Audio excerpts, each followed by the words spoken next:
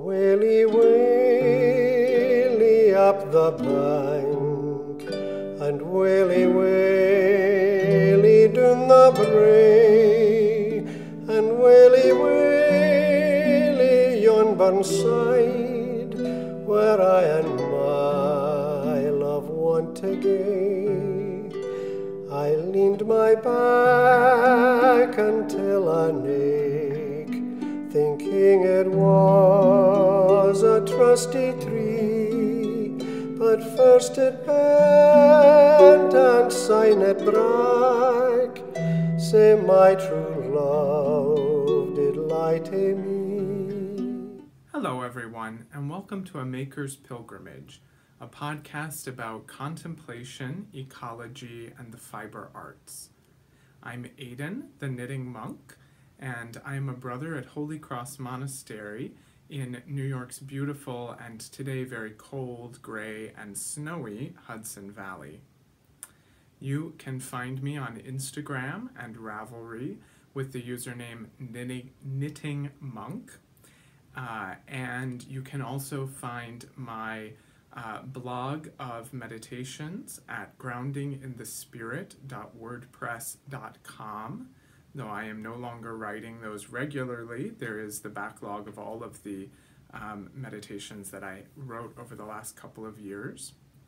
And you can also find out more about my monastic community and the retreats that we offer at holycrossmonastery.com. So, lots of places to be in touch. A very warm welcome to any of you who are here for the very first time. I'm glad that you decided to stop by and check out the podcast. And to all of you returning viewers and subscribers, welcome back. I'm glad to have you back with me. It's been a few weeks since I podcasted, so I have a lot to talk about today. And I'm excited to be back at it. So today, the topic I want to talk about is Cræftsmanship, Cræftsmanship. I think that's right. Anyway, that is a term that I sort of coined, but not really, based on this wonderful book I'm reading right now, which is called Cræft. That's how he says to pronounce it. Alexander Langland's the author of this book. And it's all about the history of craft, all kinds of crafts, but also in particular the kind of knowledge that comes to us when we engage in crafts, traditional crafts. So I'm going to talk a little bit about myself from this perspective and my work from this perspective. But I'm going to do it specifically through the lens of projects that I have been working on recently. And then near the end of the show, after I've talked about the projects, I have a winner to announce for the Cabled Monster giveaway, and also going to respond to a few comments and messages that I have received from some of you. So stick around. I wanted to talk, I'm not going to give you a full review of this book today because another podcaster and I are going to collaborate and have a conversation about the book when we've both finished it, and I'm only about halfway through it now. So I'm not going to read through give you a review of the whole book, but it has really, really been helping me to come to a different understanding of what it is that I do as a fiber artist, and why it is that my making is so meaningful to me, kind of what it imparts to me. But before I dive into just a little tiny bit about this book, I do want to mention that there is a wonderful project going on right now on Instagram and YouTube called Sewing Makes You Love Yourself.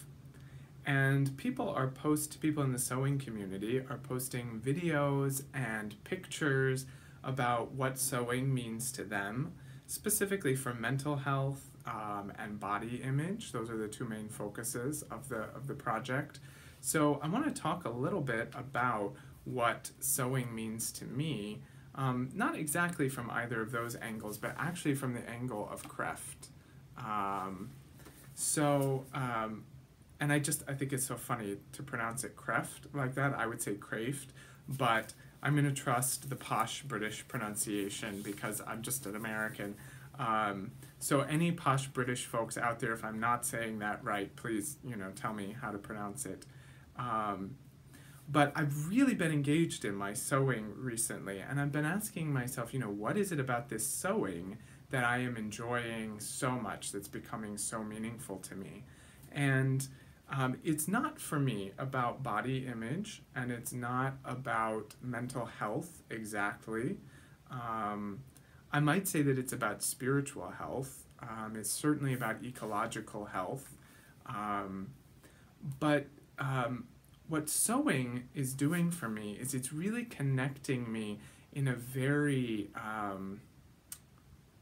kind of new way for me with craftsmanship, with really attention to detail, skill that is learned and accumulated over time, that is centered in the body, and it's giving me a new sense of myself as a person who not just is smart up here or compassionate in here, and I'm both of those things, but somebody who can engage with the material world and create a life, can get by, in the material world without the use of digital and mechanized technology. Now, of course, I can't entirely, I suppose I could learn all of these traditional ways of getting by if I needed to, but at least with my clothing needs, I can. I'm not weaving my own cloth, of course, but sewing does help me connect with this other way of knowing that's not up here, that is in my body, but is also a skill that's accumulated. So I'm really taken. I'm just going to read you one passage from this book, and then discuss, a little bit more about how sewing connects to all of this. He says, against a rising tide of automation and increasing digital complexity, we are becoming further divorced from the very thing that defines us. We are makers, crafters of things. When our lives once comprised an almost unbroken chain of movements and actions as we interacted physically with the material requirements of our existence, today we stare at screens and we press buttons, like I'm staring at a screen talking to you right now. When we made things, we accumulated a certain kind of knowledge. We had an awareness and an understanding of how materials worked and how the human form has evolved to create from them. With the severance from this ability, we are in danger of losing touch with a knowledge base that allows us to convert raw materials into useful objects, a hand, eye, head, heart, body coordination that furnishes us with a meaningful understanding of the materiality of our world. Some people call this knowledge know-how to distinguish it from formal knowledge, the knowledge of principles, but you could call it Cræft, C-R-A-E-F-T. It is a wisdom that furnishes the practitioner with a certain power. And then he goes on in a little bit to say, while some machines are clever, the net result of our using them is that we become lazy, stupid, desensitized, and disengaged. We must never lose sight of the fact that the most intelligently designed, the most versatile, and the most complex piece of kit we have at our disposal is our own body. As John Ruskin put it in 1859, in our hands we have the subtlest of all machines. I just think that that's really brilliant. And it really gives voice to some of the intuitions that I've had and I've been exploring on this podcast with all of you, is this sense that when I make things, that I accumulate a certain kind of knowledge of materials, of my body, of the world around me. And it's a knowledge that can only be gained from doing. It's not a knowledge that I can get from a book. It's an experiential knowledge. And it's a knowledge of self-sufficiency. You know, if I can grow things, if I can sew things, if I can knit things, if I can create and craft in that way, then I can take care of myself. If, you know, the supermarket goes out of business, I can grow my own food. Or if, you know, the dishwasher is broken, I can wash my own dishes. That kind of thing, there's like a kind of pride and self-sufficiency in that, knowing that I could take care of myself. And also for me, knowing that my knowledge is not just up here. It's not just about my intellectual capabilities.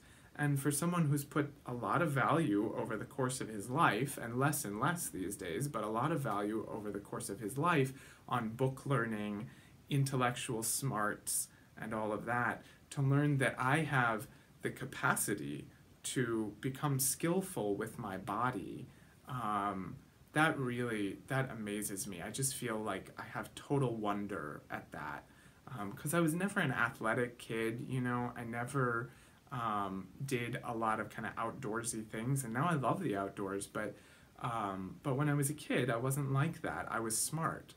And now I'm learning that actually my body has an inherent knowledge, but it also has an ability to learn. So that is this kind of knowledge that Langlands calls Cræft, but it's a kind of knowledge that sewing is teaching me. So I want to give you some concrete examples of that. I see I'm diving into the fiber arts piece a little earlier than normal. So this is a shirt that I made recently. This is the Fairfield button-up. It is the pattern is by Thread Theory Designs. They are a Canadian pattern maker that does a lot of patterns for menswear. Just show you the rest of it. Now, it's missing its buttons, but it is otherwise complete.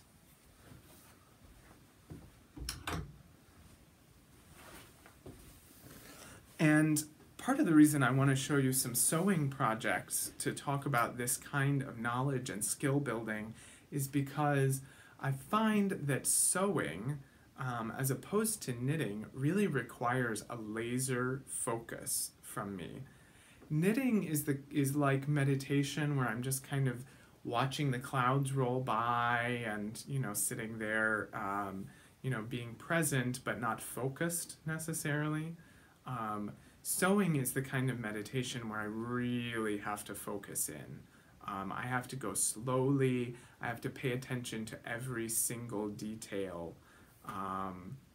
This project, this Fairfield button-up that I made, is the second one that I made. The first one, which I will show you in its unironed form right here, the first one I made did not fit and also had a lot of problems with it, because the truth is I didn't slow down. I wanted to get it done. I dove into the project without reading the directions thoroughly. So, for instance, I cut out the size medium pattern in what the pattern calls average figures, which, you know, euphemism right there. This particular pattern has sizes for average figures and larger figures. And I, just being used to knitting patterns where it's primarily the chest circumference that determines the size that you cast on, I just looked at the chest measurements, and my chest measurement fit the size medium pattern. And I thought, I'm an average figure, so I cut out the size medium average figure pattern. Well, only after I got the shirt finished and tried it on did I realize that it fits fine in the chest and shoulders, but in the waist it was, I mean, I could close it. I could close it, but it wasn't comfortable. And God forbid I have a meal or something, it was not going to fit around the middle. So I went back at that point, shirt finished, and looked at the pattern, at the measurements of the rest of the pattern, and found that, lo and behold, my waist measurement did not fit the waist measurement of the average figures. And I realized that average figures in terms of this pattern means skinny figures. Now, I'm not big, but I'm not skinny either. So I decided I wanted to make a second one and go back to the drawing board with it.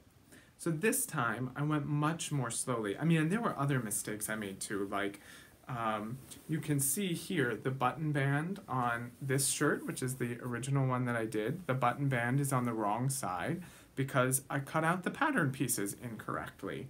I cut out the sleeves incorrectly so that they weren't mirrored. My shoulder seams, my fell seams on the inside of the shoulders are very messy in places.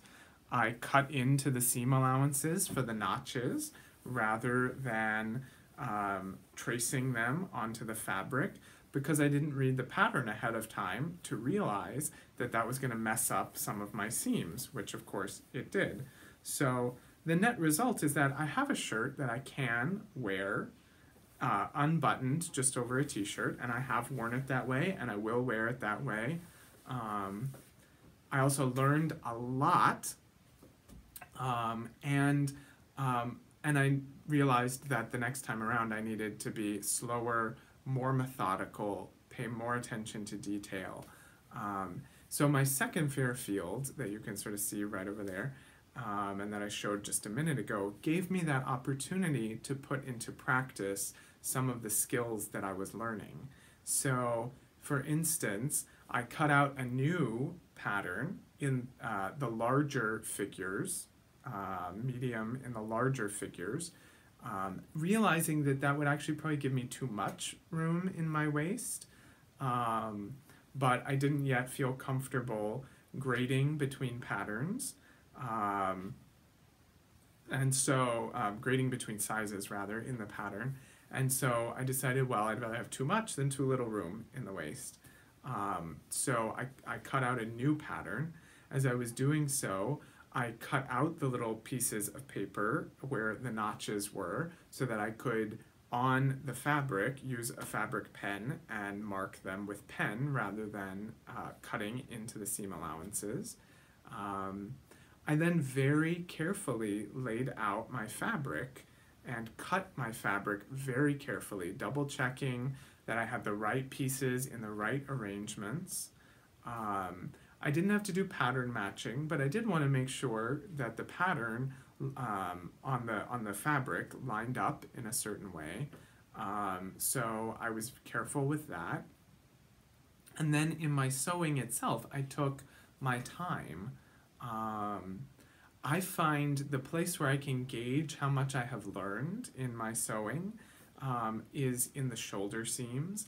I find shoulders in any garment, even in knitting garments, the most challenging part because for me, at least in my experience of sewing shoulder seams, and this is the fourth set of shoulder seams I have sewn, because they kind of go in a three-dimensional way. Instead of, you're not really sewing flat, you're kind of sewing in a three-dimensional way, if you can kind of imagine that, because your shoulders go like that instead of like that. So because you're sewing in a three-dimensional way, you really can't overthink it. The knowledge has to be in the hands, and it's a very intuitive kind of process. If I'm thinking about it up here, I get pleats and bunching and all that kind of thing in the finished garment, and I have to rip it out and start again.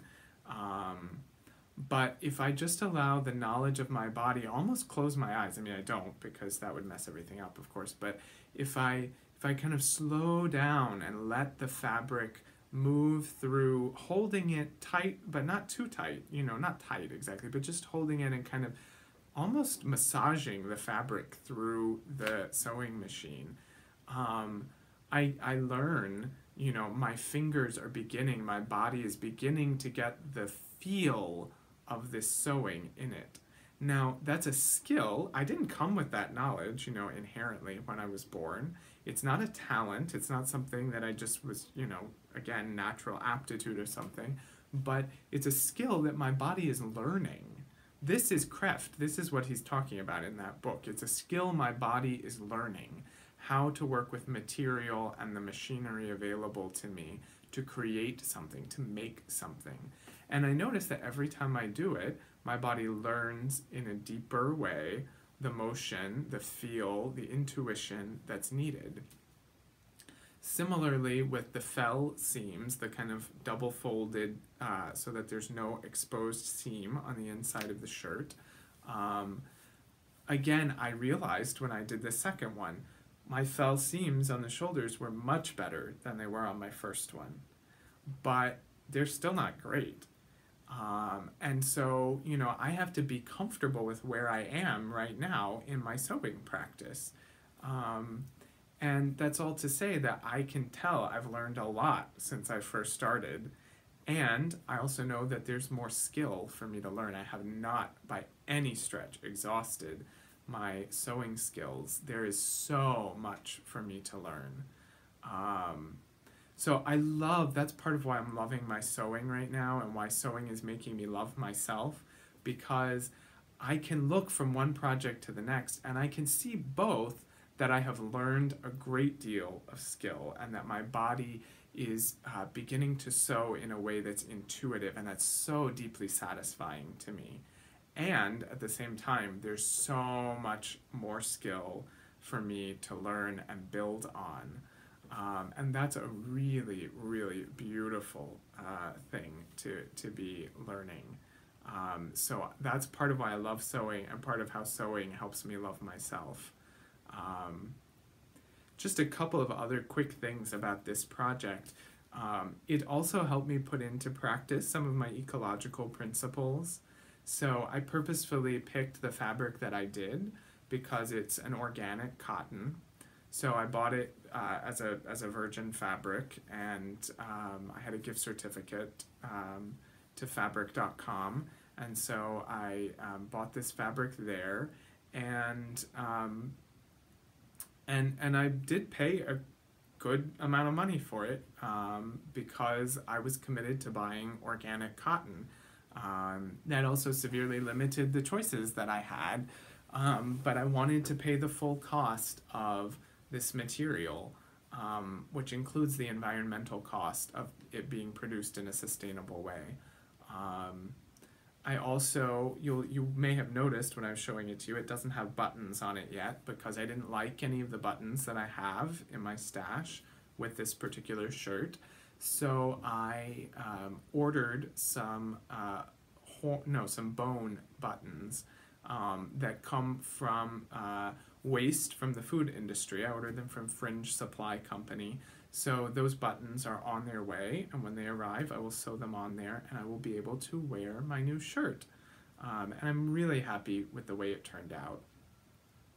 Next up for me in the skill set with sewing, just to continue on this line of craftsmanship and building skills, I want to tell you about some upcoming sewing projects that I have. I have two more of these shirts that I want to make. You can actually see right there, there is some fabric that I'm going to use to make two more of those shirts. I'm going to make them in linen because I was reading up online, and I will include this in the show notes, the source for this, but linen uses substantially less water in its production than cotton does. In terms of plant-based fibers, it is the most sustainable of any plant-based fiber, far more than cotton. Certainly than cotton that's not grown organically. Now, I wasn't able to find any organic linen, so if you know anything about organic linen, if there is such a thing out there, please let me know, because I would love to know how to buy organic linen in the future. But I picked linen for the other two shirts. One's going to be long sleeve and another short sleeve. And both of those I will have to do pattern matching on. I'm also going to have to learn to grade between sizes on a pattern, because I think this one is still a little too roomy around the waist. So I kind of need to be between the medium average figure and the medium larger figure. I guess I'm a large average or a small large, depending on how you look at it. So those are our future Fairfield button-ups that you will see. But I want to talk to you also about 2 other sewing projects that I'm going to be working on. And with these, I'm going to try to take videos. We'll see how this works. I'm going to try to take videos of the project as I'm working on them so that I can have a kind of compilation video. But one of them, I was really inspired. As you all know, I'm joining Katrina Rodabaugh and others on Instagram in making 2018 a year of Make, Thrift, Mend, where I make, thrift, or mend all of my clothes. I'm not going to buy any new clothes. And one of the things that's really lucky for me about living in a monastic community is that many of my brothers give me their cast-off clothes, or we also have a giveaway closet where I can scrounge cast-off clothes from people. So recently, from a brother of ours who has gone to a nursing home, I received 4 shirts. Now, this brother is a larger brother, larger than I am. He's a size 2XL, and I'm generally a size medium to large. So his shirts have plenty of fabric in them for me to make something that will fit me. So I got to thinking about it. I've really been wanting to work with wool, sewing wool, and lo and behold, he had this lovely, you can't really get the color here, navy blue wool shirt. And I started thinking, what could I do with this wool shirt? So Thread Theory, who did the Fairfield button-up, they have a pattern for a waistcoat, and all of their digital patterns are on sale for 25% off for Valentine's Day. So I bought 2 of them. These are the 2 sewing projects I'm telling you about. One of them is the Belvedere waistcoat, and I've already looked at the sizing and the measurements on it, and I'm going to have to grade between the medium and the large on that, the medium on top, the large at the waist. I guess average people in Canada are much smaller. I don't know. But I thought I can use this material, this wool, for the waistcoat, this beautiful navy blue wool. And then, because there's a lining in this waistcoat, I thought I really don't want to buy, first of all, I don't want to buy any fabric for this project, but second of all, I definitely don't want to buy synthetic materials. But this same brother had this lovely, very thinly striped blue and white broadcloth shirt. And I thought, these 2 materials look very nice together. And I could use that cotton broadcloth for the lining. So that's what I'm planning to do with that. It'll be a whole project from free found materials. How great is that? Which also means if I screw it up, I won't care because I didn't cut into expensive brand new cloth. And I will get to try out this pattern, and I'll get to try to experiment with grading between sizes and all that kind of thing. In a similar vein, I downloaded the Jedediah pants from Thread Theory. Now, I've been reading up about them and reading about some of the issues that other sewists had with these pants, so I'm going to take that in mind. And with these pants, I'm going to make my first toile. Well, intentionally, my first intentional toile. This other shirt that I made turned out to be a toile of a sort, or a muslin. I'm not really sure the difference between those terms, but we have here, again, free material, we have quite a lot of polyester cotton twill, which is what our habits are made out of. And so in times past, we made our own habits, but now we send them out. I'm sure at some point I will probably be making our habits for us. But so we have a good bit of this white poly cotton twill that's a perfect weight for pants. Now, I don't want white polyester cotton pants, you know, in my wardrobe, but this is free material that's right here, that's of the correct weight for me to use. And so my hope is that sometime later this year, probably in a couple of months, I'll start doing this, is to use that twill to begin to find, or to kind of fiddle with the Jedediah pants pattern to create a perfectly fitting pair of pants, and to work out whatever the kind of stuff is with that pair of pants, and that will really help me learn how to fit garments properly and all that kind of thing too. And again, if I screw it up, it doesn't matter because I didn't have to buy new fabric for it. And if I get the fit perfect, I could always dye that twill, you know. So if you know of a good source for dyeing in a way that's ecologically, you know, sustainable and all that kind of thing, please let me know. I sort of have a feeling that RIT dye, which is where I would, you know, go, it's the only real dye that I know about, I sort of have a feeling that's probably not great for the environment for that to go into the water system. But I might be wrong, so if I'm wrong about that, let me know. But those are how I'm going to put some of this knowledge into practice. And that's also another component that he talks about in the book Cræft. He talks about kind of the wisdom, the thriftiness of using the materials around you, and that will often produce the best product.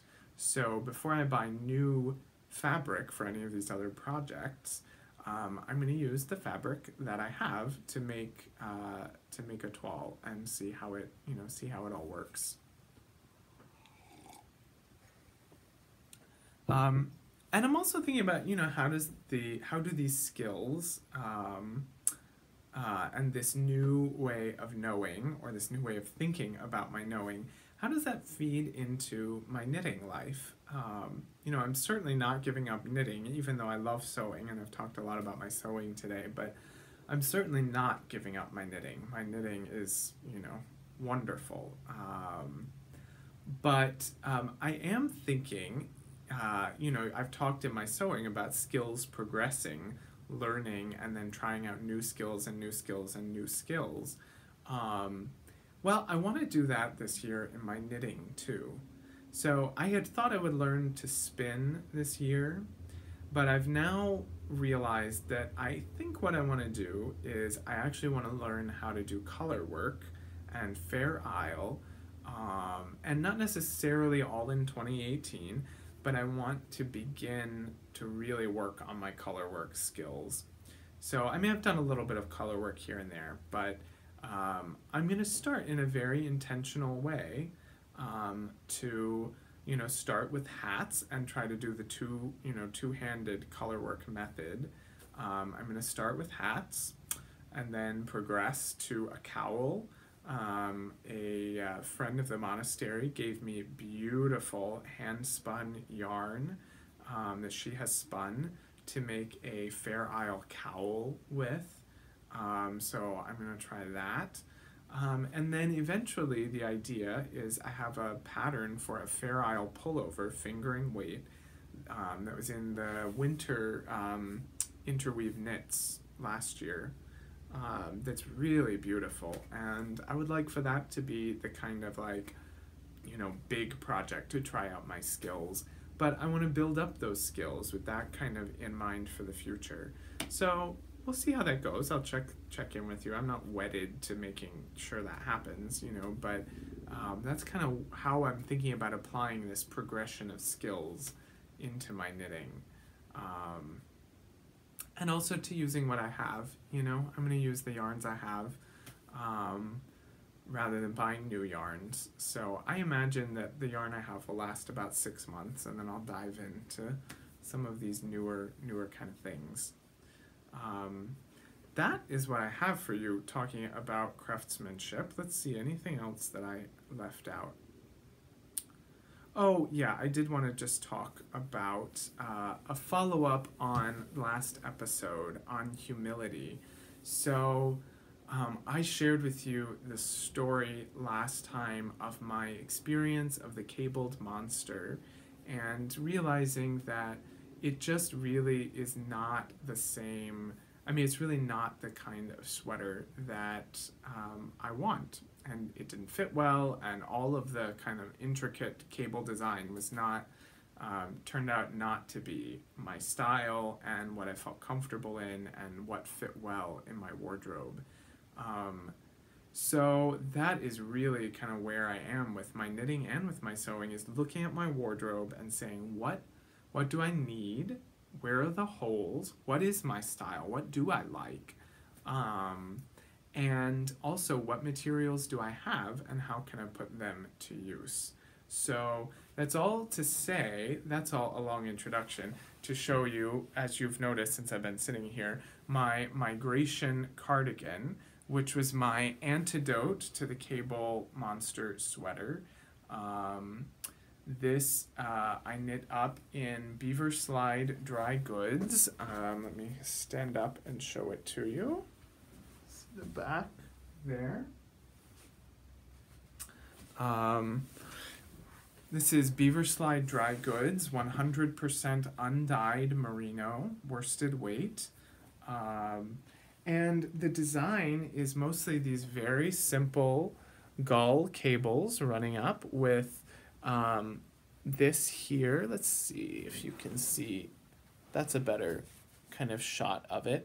These ladder stitches, which is 2 rows of garter and 1 row of stockinette in between them. So it's a sweater that has a lot of texture, beautiful cables, but not overwhelming, complicated cables. This color is very understated. In many ways, this is like a very plain sweater, but I love it. I never want to take this sweater off. It fits perfectly in my wardrobe. It fits great on me. It just is everything that a sweater should be. The knitting process was fun. I didn't want to pull my hair out, and I actually have hair to pull out now. I didn't want to pull my hair out. I just loved every minute of working on this sweater. And I actually even, I won't say loved, but I learned a lot. I didn't mind that the real downside to working with this yarn is that it's so natural and unprocessed that when I blocked it, the first time when I blocked the body of the sweater, it turned from this beautiful light gray color into a dingy brown color. And I was freaking out because I thought, what if my sink was dirty and I soaked it in like coffee water or something and it's never going to come out? But what I realized was there was actually dirt in the yarn still because it hadn't been scoured with acid and all this other stuff that's usually often used to treat yarn that we knit with. So it was just very gently washed to begin with, so it still had dirt in it. And I actually had to wash it. I did a full wash a second time. And then at that point, all the dirt was at the edges of the blocking piece. So it was like there was a brown line down the side and it was around the collar and that kind of thing. And then I spot washed those dirty places a third time, and it did finally come out then. But you know, I realized as I was kind of going through this process, I actually didn't even mind that because it reminded me that this was a sheep, y'all. This was on a sheep. And that sheep was on ground. I mean, it literally is a sweater that is like very close to the earth. And I had to get some of the earth out of it before I could wear it. So it really was wonderful. I highly recommend this yarn. Now, I also had to splice it a lot because there were probably anywhere from 4 to 8 knots in every skein. But again, I didn't mind that either, because it gave me a chance to slow down and to work with the yarn at a kind of more meditative pace. So I really, really enjoyed working on this pattern. I enjoyed working with this yarn.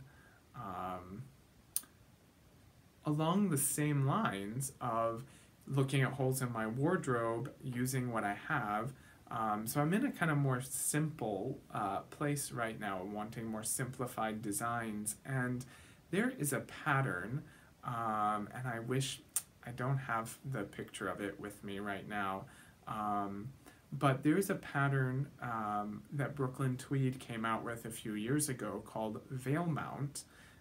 It is a women's sweater. It has a curved hem at the bottom. It's a pullover. Curved hem at the bottom. It has double moss stitch, kind of checkered effect on the body, and it has suspender cables, these beautiful, very simple suspender cables. The whole thing is a pretty simple but really beautiful and elegant design. And it is for a woman, but I've loved it since the moment I saw it, and I've been waiting to be able to make this for a woman. But the opportunity has not come along. So I've been looking at my wardrobe, I've been remembering my attraction to this design, and I've been looking at my stash, my yarn stash. And I have a sweater's quantity, about 1,800 yards of, it's between a sport and a DK weight yarn from Harrisville Designs that is undyed. It's kind of a taupe colored, 50% fine wool, 50% cashmere. Really beautiful yarn, and I've had no idea what to do with this yarn. And I thought, you know, if I wanted to make Veil Mount, which is a worsted weight sweater for a woman, I would already be modifying the design for it to fit my body. So how much harder is it to modify it from worsted weight to sport DK weight, you know, heavy sport weight, and at the same time that I'm modifying it for a man's body. So that's going to be my next sweater project. I'm in the middle of a cabled cardigan that I'm making for a friend, but after I finish that, I'm going to turn my attention to modifying this women's sweater design, both for heavy sport weight and to fit my body. Because, you know, why not? That is crafty as well, to use what I have and to make something that I'm really going to love. And gender norms be damned. Who cares? Good Lord. So, anyway, enough about that.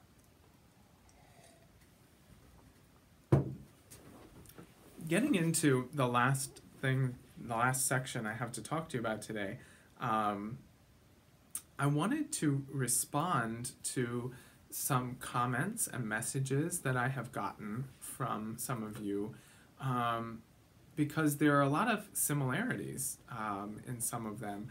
I hear from a number of you, have heard from a number of you, that you really love the podcast and you really love the spiritual angle, the contemplative angle that I bring to the podcast, which surprises you, perhaps, these people that I'm receiving the messages from, because you're not religious.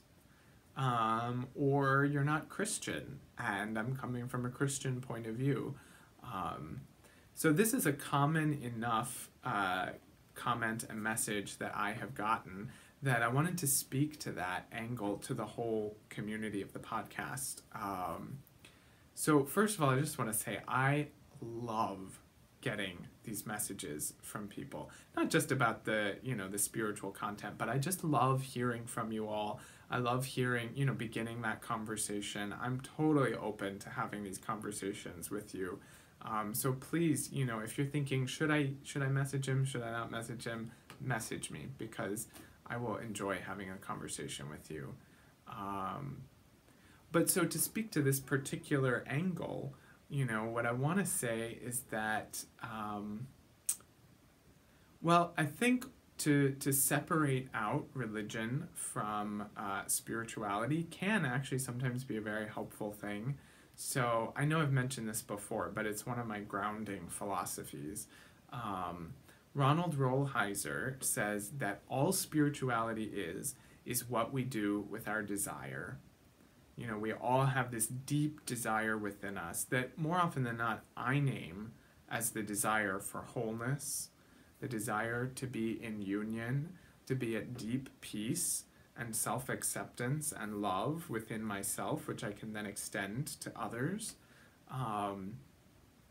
So spirituality is just what we do with that desire, and we can engage that in healthy ways or unhealthy ways. And religion is one way that humans have tended to engage that desire. One among many ways that humans have engaged that desire. Now, I think religion is really healthy when it directs that desire, when it provides a vehicle to direct the desire for wholeness toward the source of wholeness, which I name as God, and religion tends to name as God, though Buddhism would name it enlightenment or something like that, you know. So that's when religion is a healthy thing. But religion can also detract from that experience, and it has for many people. You know, religion has been a very divisive force in the ways that it has shamed people, excluded people, limited self-expression and freedom of expression. And to that extent, religion is not something that directs us toward the source of wholeness, that directs our desire for wholeness toward that fulfillment. So that's all to say that I really, I'm humbled and also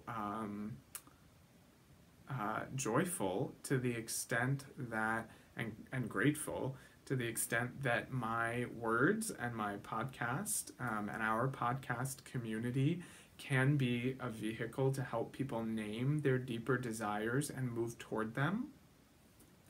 If you do that through religion, then that's great. And if you don't do that through religion, that's great too.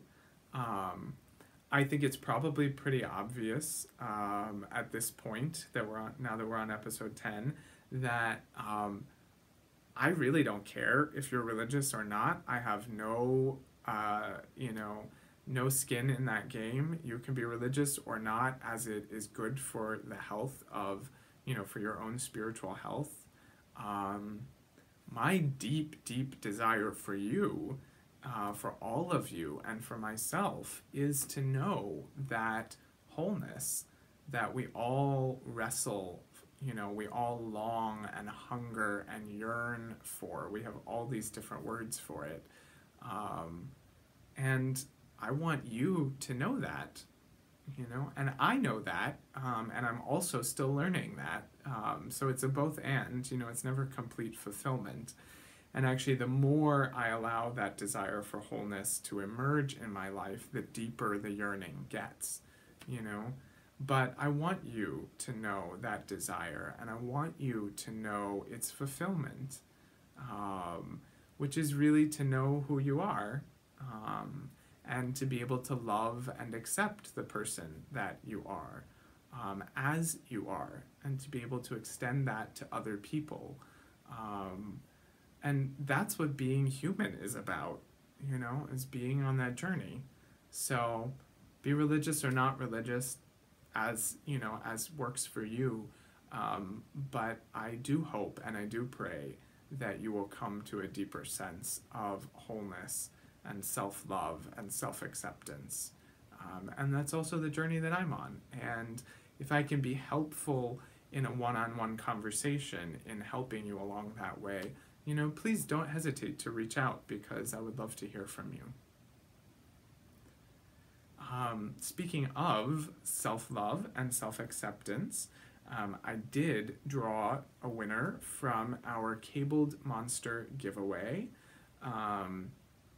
Thank you to everyone who entered that giveaway and shared your story and things that you have learned about yourself.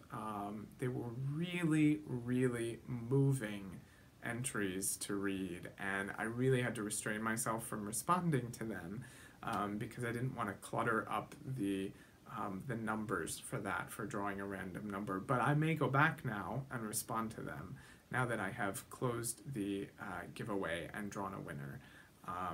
So without further ado, the winner of the Cabled Monster giveaway was entry number 20, which was Colleen, JAGTOGO.